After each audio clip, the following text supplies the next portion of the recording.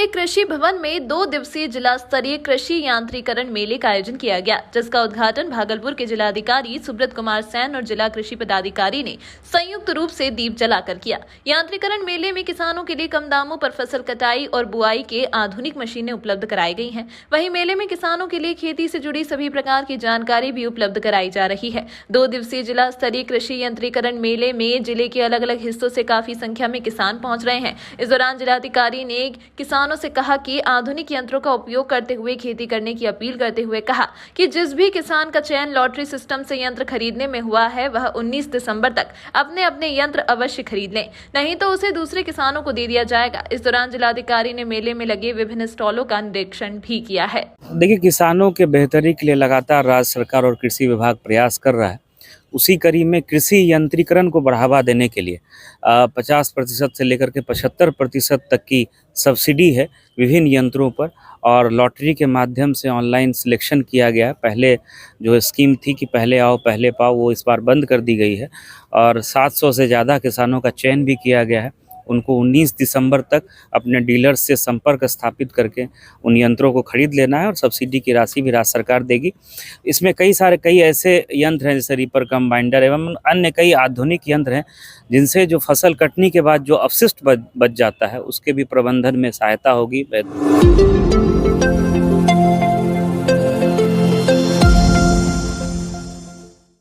Bhagalpur Sandis compound मैदान में लोगों की सुविधा के लिए स्मार्ट सिटी परियोजना के तहत लाखों रुपए से इलेक्ट्रॉनिक हाईटेक शौचालय का निर्माण कराया गया है, लेकिन यह हाईटेक शौचालय शोभा की वस्तु बनी हुई है। निर्माण के बाद से ही यह हाईटेक शौचालय बंद पड़ा हुआ है। बता दें कि सैंडिस कंपाउंड मैदान में रोजाना हजारों की संख्या में लोग स्वास्थ्य लाभ के लिए आते हैं। सुबह सुबह मॉर्निंग वॉकरों की भीड़ लग जाती है। शौचालय बंद होने से खासकर वृद्ध, बच्चे और महिलाओं को खासा परेशानियों का सामना करना पड़ता है।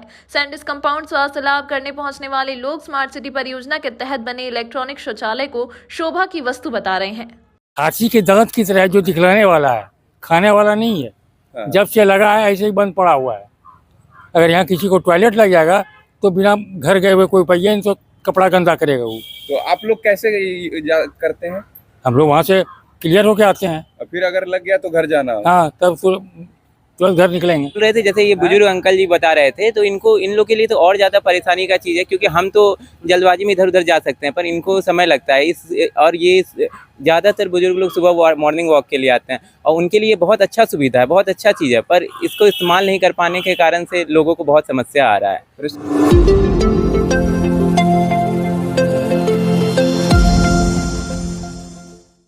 राष्ट्रीय राजपूत करनी सेना के अध्यक्ष सुखदेव सिंह गोगामेरी के दिन दहाड़े घर में घुसकर हत्या किए जाने को लेकर पूरे देश में बवाल मचा हुआ है। भागलपुर में भी हत्या का आक्रोश देखा जा सकता है। राष्ट्रीय राजपूत करनी सेना के जिला अध्यक्ष राहुल असर तोमर के नेतृत्व में विभिन्न दलों और संगठनों के क्षत्रिय समाज के लोग भागलपुर में सड़क पर उतरे और हत्यारे के एनकाउंटर किए जाने की मांग की है। हमारे हिंदू हृदय सम्राट वीर शिरोमणि श्री सुखदेव सिंह दादा, जिनको हम लोग कहते थे सुखदेव सिंह गोगामेरी जी, की गोली मारकर हत्या गुंडों के द्वारा कर दी गई है।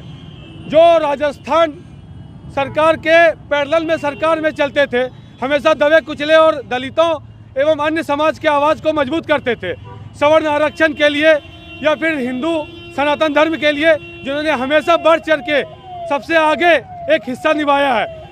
आखिर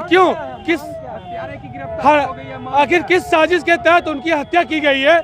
हम लोगों को हत्यारे के साथ साथ इस हत्या के पीछे जो मास्टरमाइंड है, जो सफेद पोस्ट हैं, उनको बेनकाब करना हमारा मांग है कि जल्द से जल्द उच्च स्तरीय जांच का कमेटी बने और हत्यारे जो हत्या की है उनको तो अविलंब शूट आउट करना चाहिए, एनकाउंटर करके मारना चाहिए, ना कि जेल में उसको जेल का दामाद बनाना चाहिए।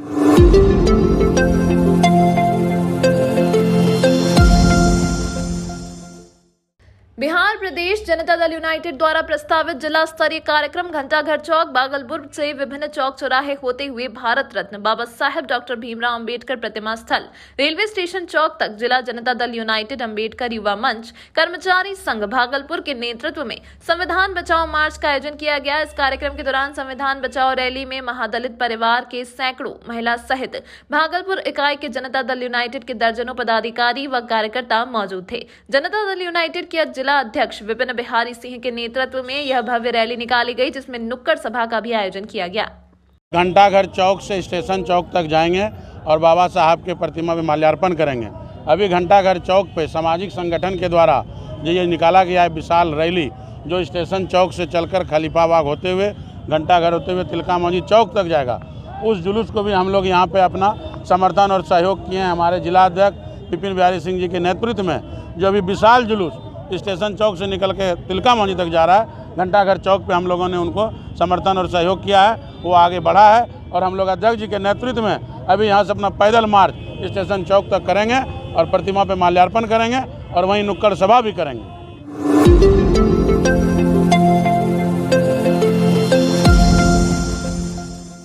भागलपुर के खरामंचक में 5 दिसंबर को द पायरेट्स रेस्टोरेंट का भव्य उद्घाटन हुआ।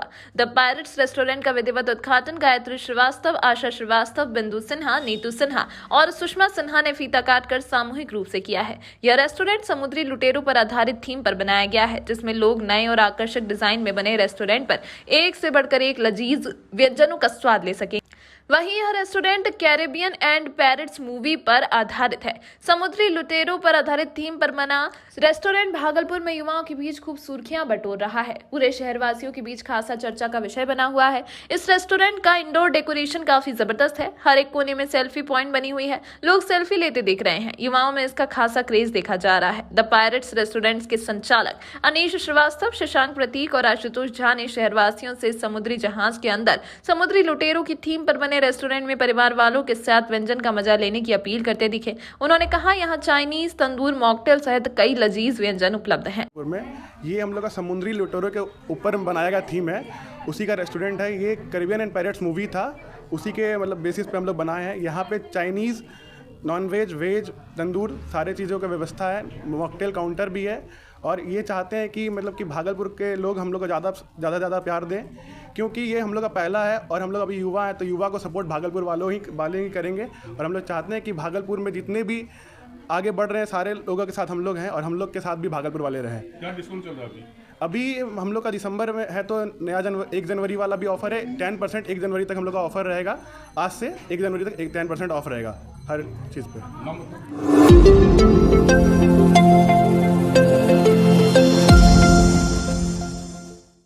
भागलपुर के कोतवाली थाना क्षेत्र में 27 फरवरी 2014 की देर शाम ततारपुर स्थित जैन पेट्रोल पंप के मैनेजर जयकिशन शर्मा की हत्या गोली मारकर कर दी गई थी। इस हत्या के बाद पुलिस अनुसंधान में वर्ष 2016 में केस को बंद कर दिया गया। इसके बाद उस केस को पुनः खोल दिया गया और जिसमें मुख्य आरोपी पप्पू शाह को बनाया गया। इसके बाद पप्पू शाह के द्वारा अग्रिम जमानत के लिए भागलपुर न्यायालय में अर्जी दाखिल की गई, जहां अर्जी को भागलपुर न्यायालय ने खारिज कर दिया। इसके बाद पप्पू शाह ने हाईकोर्ट का दरवाजा खटखटाया और पप्पू शाह को सोमवार को जमानत मिली। इसके बाद पप्पू शाह ने कहा कि हमें न्यायालय पर पूरा भरोसा था, जिसके बाद न्यायालय ने मुझे बाइज्जत बरी कर दिया।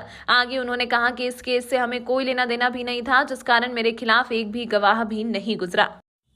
ये जयकिशन की हत्या हुई थी। पेट्रोल पंप पे वो जॉब करते थे। उनके परिवार से ना हमको कोई मतलब था, ना लेना था, ना कोई हमारी उन लोग से कोई रिश्तेदारी है। ना मैं जयकिशन को जानता भी था कि कौन जयकिशन है। जयकिशन की हत्या हुई। हत्या होने के बाद क्या कारण से मेरे पे आरोप लगाया गया, इसके पहले और भी 1-2 अभियुक्त थे इसमें। उन लोगों के हिसाब से मेरे पे क्या कारण से आरोप लगाया गया मैं नहीं जानता इस बात को। लेकिन 2014 में पुलिस इन्वेस्टिगेशन में ये केस 2016 में पुलिस इन्वेस्टिगेशन के हिसाब से ख़त्म हो गया था, जिस समय कोतवाली में ठाकुर जी इंस्पेक्टर थे। उसके बाद 2016 के बाद फिर इस केस को खोला गया। इस केस को खोलने के बाद फिर मुझे मुख्य आरोपी बनाया गया। मुख्य आरोपी बनाने के बाद मेरे पे वारंट भी हुआ। मैंने हाईकोर्ट से, यहाँ से मेरी बेल रिजेक्ट भी हुई। मैंने हाईकोर्ट से बेल लिया। न्यायालय का पूरा मेरे ऊपर ध्यान रहा। मैं सही और सच्चा आदमी था तो मेरे पे पूरा ध्यान रहा। उसके बाद मैंने बेल लेके मैं कोर्ट का डेट पे, हर डेट पे हाजिर हुआ। कोर्ट ने जो बोला मैंने बताया। मेरे विपक्ष में एक भी गवाह भी नहीं थे। सारे गवाह हॉस्टाइल, चाहे उनकी घर की पत्नी हो, चाहे उनके बेटे हो, चाहे उनके देवर हो, सबके सब। और पुलिस वाले ने भी मेरा बहुत सहयोग किया। जो सच्चाई थी वो सामने लाके कोर्ट में हाजिर किया। और पुलिस पे और कोर्ट पे मुझे शुरू से बहुत भरोसा था और मैं अभी बाइज्जत बरी हो गया हूँ कोर्ट की तरफ से।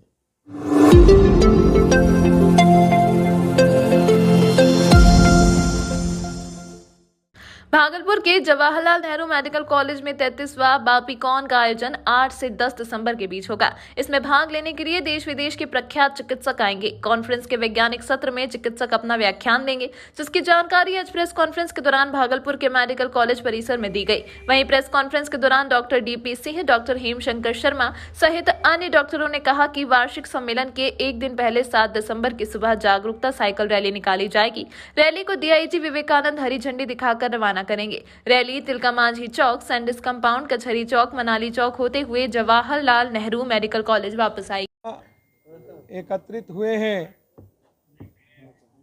बिहार एपीकॉन की जो हमारी संस्था है पूरे बिहार स्टेट की, उसका 33rd एनुअल कॉन्फ्रेंस है 8, 9 और 10 दिसंबर को। उसके कार्यक्रम की रूपरेखा बताने के लिए हम लोग यहाँ मौजूद हैं।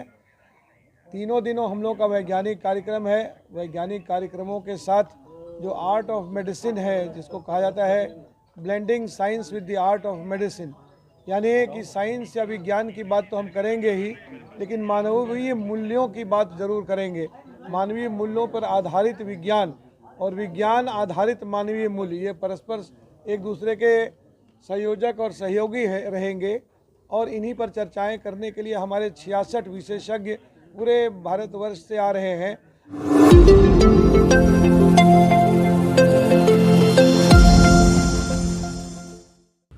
लोकसभा में DMK के सांसद DNV सेंथिल कुमार की हिंदी पट्टी के राज्यों को गौमूत्र राज्य बताने वाले बयान पर खूब बयानबाजी हो रही है।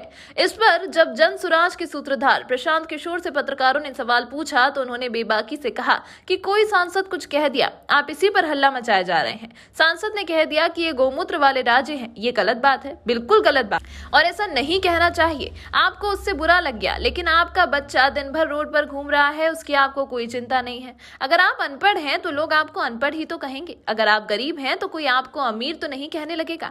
आप किसी के यहाँ मजदूरी कर रहे हैं तो वो आपको अपना मालिक तो नहीं बताएगा। दरभंगा के बहादुरपुर प्रखंड में पत्रकारों से बातचीत में बुधवार को प्रशांत किशोर ने आगे कहा कि हम बिहार के लोग हैं, बाहर जाते हैं तो महाराष्ट्र में भी गाली सुनने को मिलती है और उत्तर प्रदेश, दिल्ली और तमिलनाडु में भी ऐसा ही होता है। हम लोग अगर पिछड़े और अनपढ़ हैं, अगर हमारे बच्चे मजदूरी करने कहीं बाहर जाएंगे तो वह आपको सिंहासन पर तो नहीं बिठाएगा। ये समझ हम और आप बनाते नहीं हैं और दूसरे राज्यों को गाली दे रहे हैं। अगर महाराष्ट्र का आदमी आकर बिहार में खेती में मजदूरी करेगा तो उसके बारे में आप क्या कहेंगे? आप अपनी दशा देख नहीं रहे हैं, अपने बच्चों को पढ़ाने की व्यवस्था कर नहीं रहे हैं, अपने राज्य में रोजगार की चिंता कर नहीं रहे हैं, जो कि करना चाहिए। कि हम लोग बिहार के लोग हैं, बाहर जाते हैं, हम लोग को बिहारी कह के महाराष्ट्र में भी गाली पड़ती है, उत्तर प्रदेश में भी, दिल्ली में भी, तमिलनाडु में भी। हम लोग अगर पिछड़े हैं, हम लोग अगर अनपढ़ हैं, अगर हमारे बच्चे मजदूरी करने कहीं जाएंगे तो वो आपको सिंहासन पे तो बैठाएगा नहीं। ये समझ हम और आप डेवलप नहीं करते और बेकार दूसरे राज्य को गाली दे रहे हैं। मैं आपको बता रहा हूं, अगर महाराष्ट्र का आदमी आकर बिहार में खेत में मजदूरी करेगा तो उसके बारे में आप क्या कहिएगा? तो आप अपनी दशा देख नहीं रहे हैं, अपने बच्चों को पढ़ाने की व्यवस्था कर नहीं रहे हैं, अपने राज्य में रोजगार हो इसकी चिंता कर नहीं रहे हैं। कोई सांसद कुछ कह दिया, अब इसी पर हल्ला मचाए जा रहे हैं। सांसद ने कह दिया कि ये गोमूत्र वाला राज्य, गलत बात है, नहीं कहना चाहिए, बिल्कुल गलत बात है, लेकिन आपको उससे बुरा लग गया और आपका बच्चा दिन भर रोड पर घूरा पर घूम रहा है, उससे आपको कोई चिंता ही नहीं है। तो अगर आप अनपढ़ हैं तो लोग आपको अनपढ़ ही तो कहेंगे। अगर आप गरीब हैं तो कोई आपको अमीर तो नहीं कहने लगेगा। अगर आप किसी के यहाँ मजदूरी कर रहे हैं तो वो आपको अपना मालिक तो नहीं बताएगा।